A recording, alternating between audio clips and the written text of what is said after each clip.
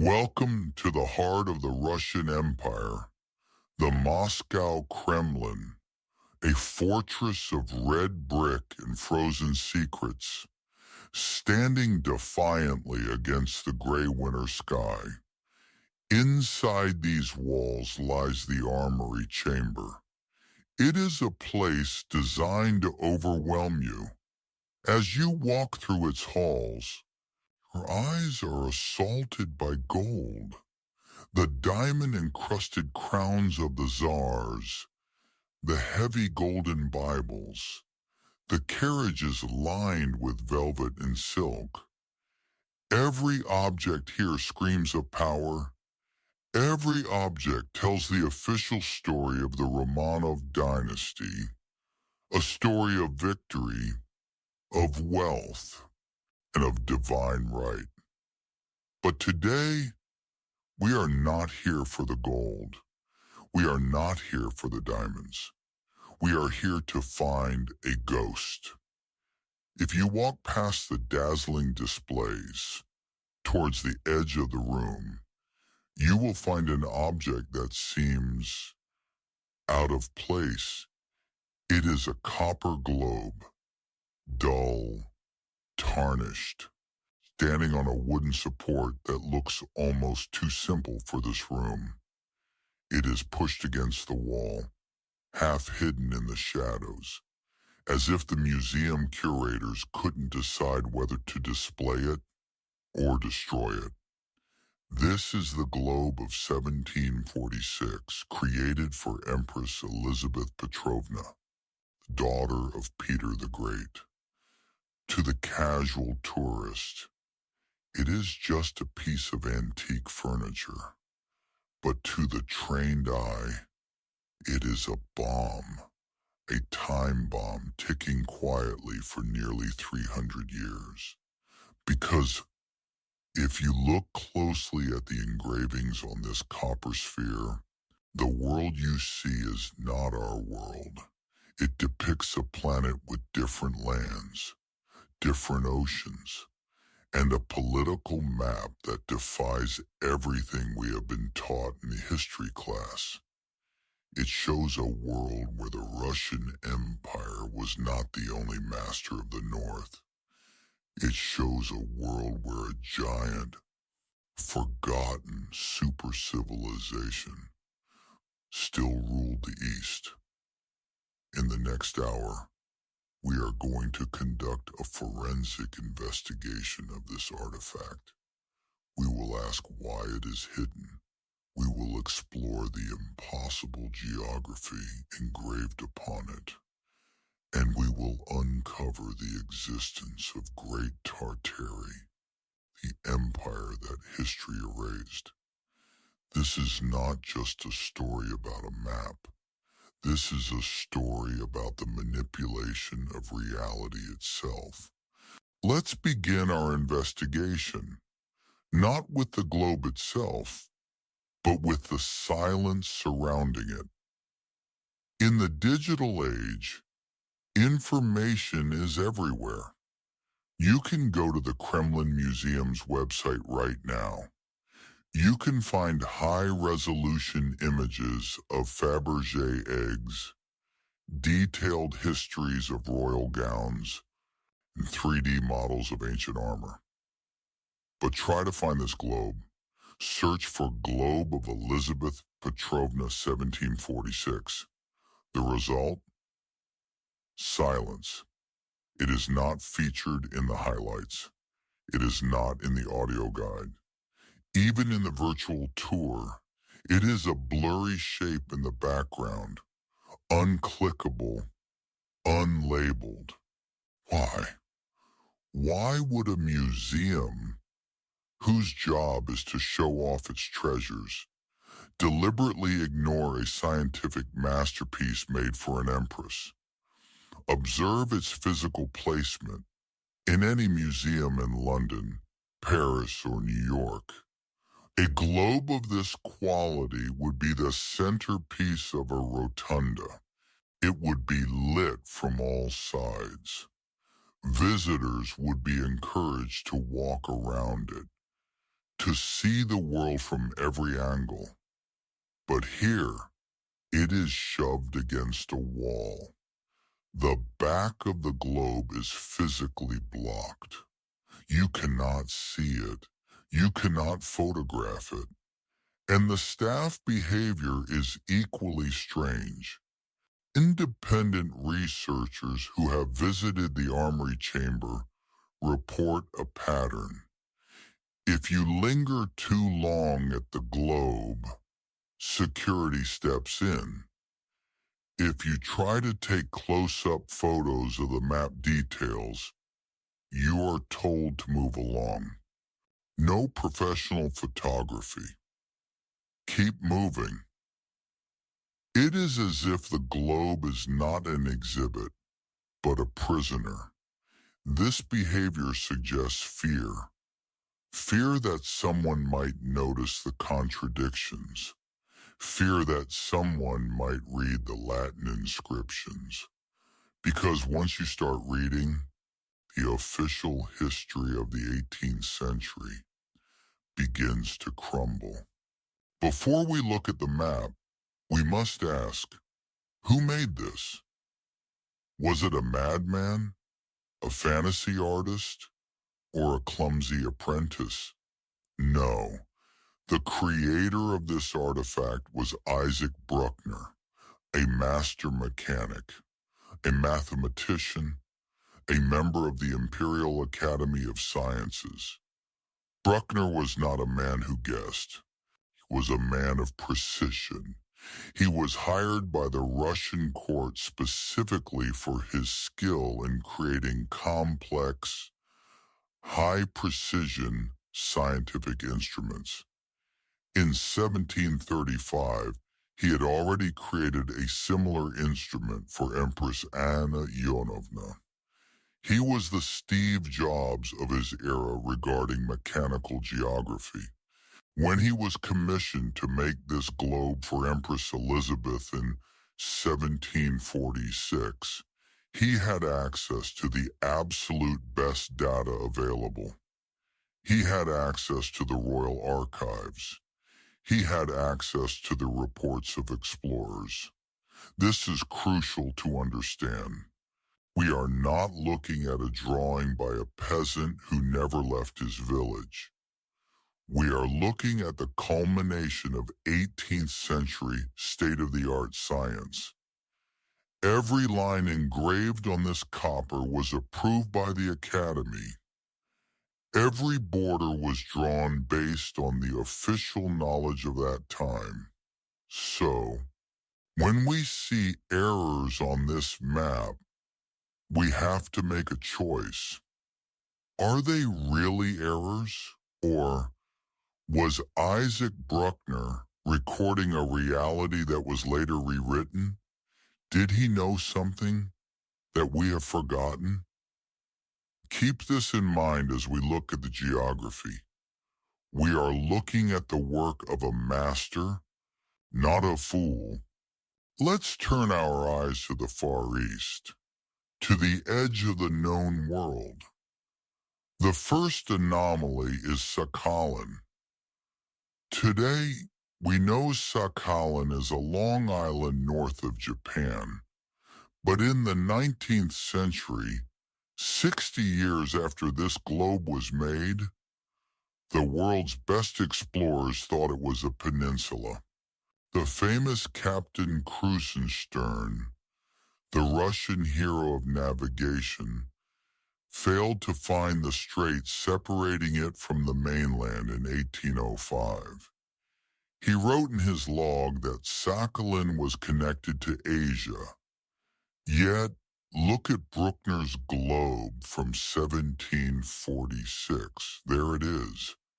Ostensagalian, clearly drawn, completely separated, an island. How? How did a mechanic in St. Petersburg know in 1746 what the great captains of the 1800s failed to discover? This implies that the Russians had explored this region thoroughly before the mid-18th century, and then, somehow, lost that knowledge, or hid it. Now, look at Japan. On this globe, Japan is not the isolated island nation we think of. It is depicted as a continental power. The map shows the Korean peninsula as part of the Japanese domain.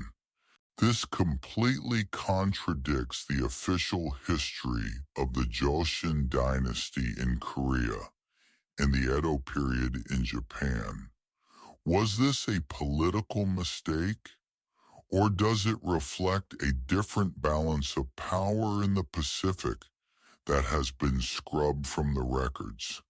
Now, spin the globe to the vast emptiness of the Pacific Ocean, between Asia and America, where there should be nothing but water. Bruckner engraved a massive landmass. He labeled it Archipelago of St. Lazarus. This is not a small reef. This is a collection of islands the size of a country.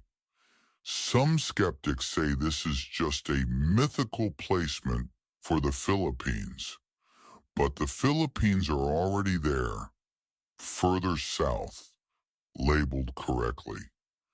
So what is St. Lazarus? Is it a phantom island? A cartographic error copied from ancient maps?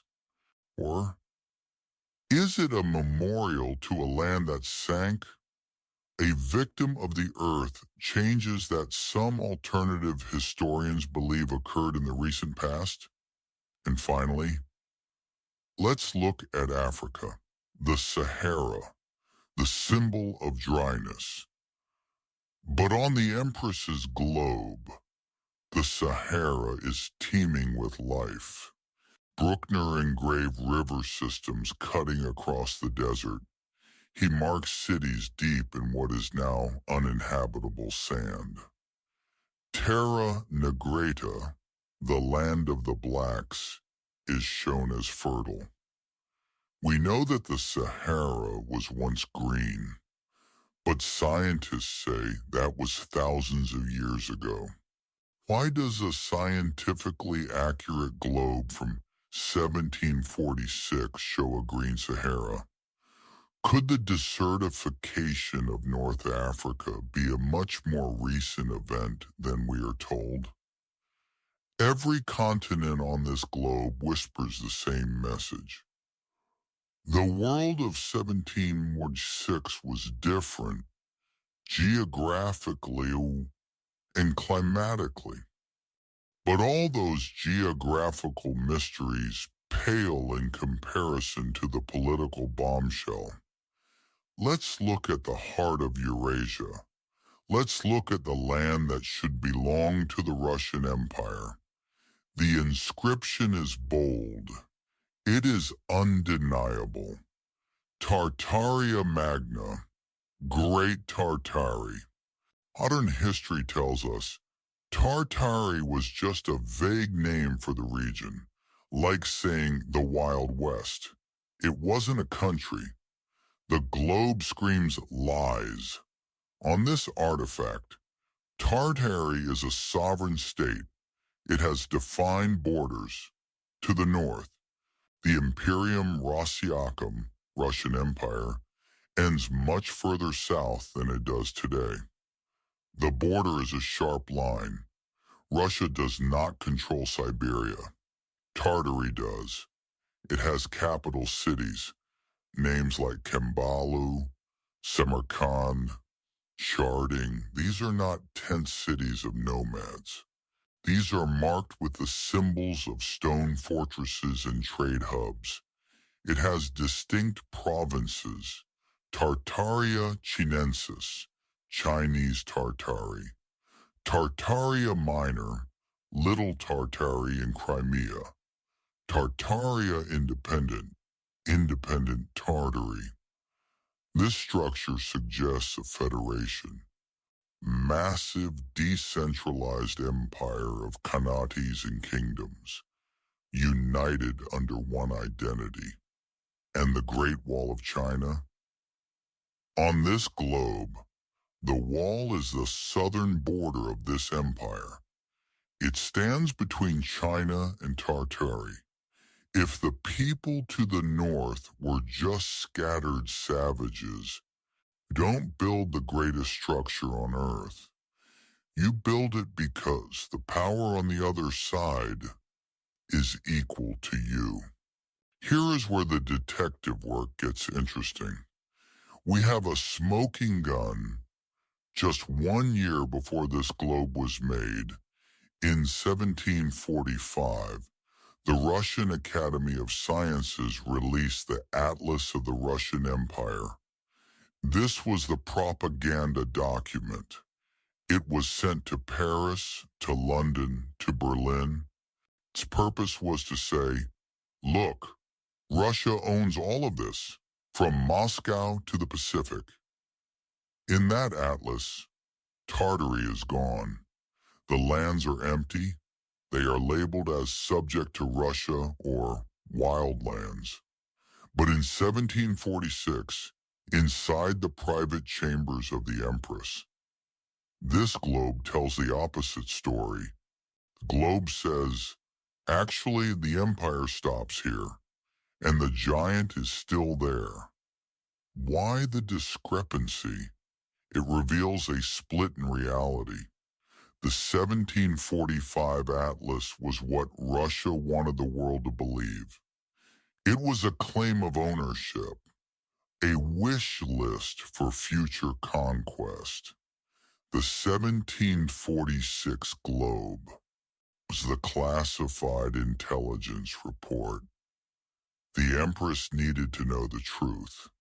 She needed to know where her armies could go and where they would be slaughtered.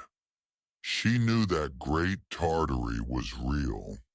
She knew that the colonization of Siberia was not a peaceful settlement of the empty land, but a slow, grinding war against an ancient adversary, a war that would eventually erase Tartary from the maps, and then from the history books. Now, we must reveal the secret that the museum is hiding against the wall. The inscription on the back. It reads in Russian and Latin, "To Her Imperial Majesty, this universal sundial is presented." This changes everything. This is not a globe. It is a universal sundial. It is a dynamic mechanical computer. See those brass rings surrounding the sphere? The horizon ring, the meridian ring, the adjustable axis? This device was designed to calculate time based on the sun's position. To use it, you have to calibrate it. You have to set the latitude exactly. You have to align the location on the map exactly with the horizon ring. If the map is wrong, the machine does not work. It is that simple. If you put a city in the wrong place, the time calculation fails. If you draw an island where there is water, the solar angle is useless. This proves that the map was not decorative. It was data. Isaac Bruckner could not afford to be artistic. He had to be accurate. The fact that this object functions as a precision instrument is the ultimate validation of the geography engraved on it. Confirms that in the scientific view of 1746, Great Tartary was a physical, coordinate-defined reality, not a myth. So, what does this mean for us? It means that our timeline is fragile. We think of history as a stone tablet, unchangeable. But the globe of 1746 shows us that history is written in pencil, and the eraser is always busy. If a massive state like Great Tartary could be erased in just 200 years, what else have we lost? What happened to the cities marked on this globe? Did they fall in war, or were they destroyed by the same cataclysm that dried up the Sahara rivers and sank the archipelago of St. Lazarus? Some theorists speak of a mud flood or a reset of civilization in the mid-19th century. Looking at this globe, seeing a world that was fuller, more connected, and arguably more advanced in its mapping than the era that followed, you have to wonder if they are right. Was the 19th century a time of progress? Or was it a time of reconstruction after a great collapse? The globe of Empress Elizabeth stands in the shadows of the Kremlin. It is silent, but it is not mute. For 3 centuries, it has guarded the truth. It waits for the curious. It waits for those who are not blinded by the gold and diamonds around it. Waits for those who dare to look at the dull copper and see the forbidden world. The next time you open a history book, remember this globe. Remember that what is not shown is often more important than what is displayed. History belongs to the victors, but the truth belongs to those who search for it. Thank you for joining me on this deep dive into the lost world of 1746. This investigation is far from over. If you want to see the high-resolution maps of Tartary, look in the description below. Share this video. Let's bring the ghost out of the museum and into the light.